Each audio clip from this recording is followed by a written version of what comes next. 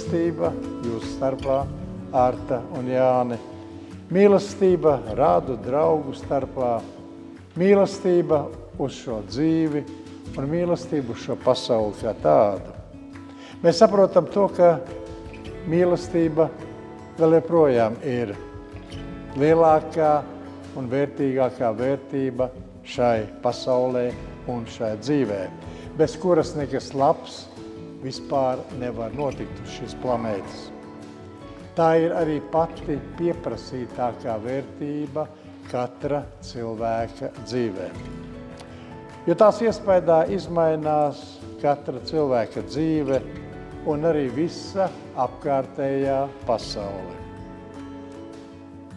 Visi no mums ir šais tieksmēs pēc mīlestības. Tieši tāpat kā visi mēs tiecamies pēc laimes. Un šā ziņā arī jūs abi šā dienā, protams, skatieties tālāk nākotnē un vērojot savu dzīvi laimīgā laulībā, laimīgā kopdzīvē.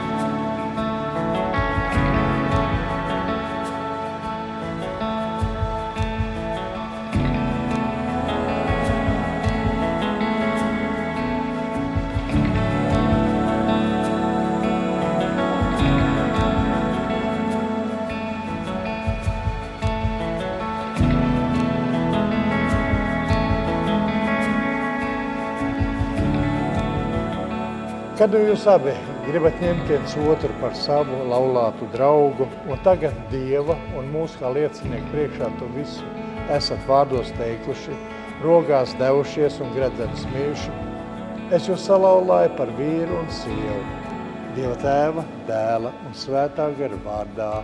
Āmen. Ko Dievs savienojis, tad cilvēkiem nebūs šķirt. Āmen.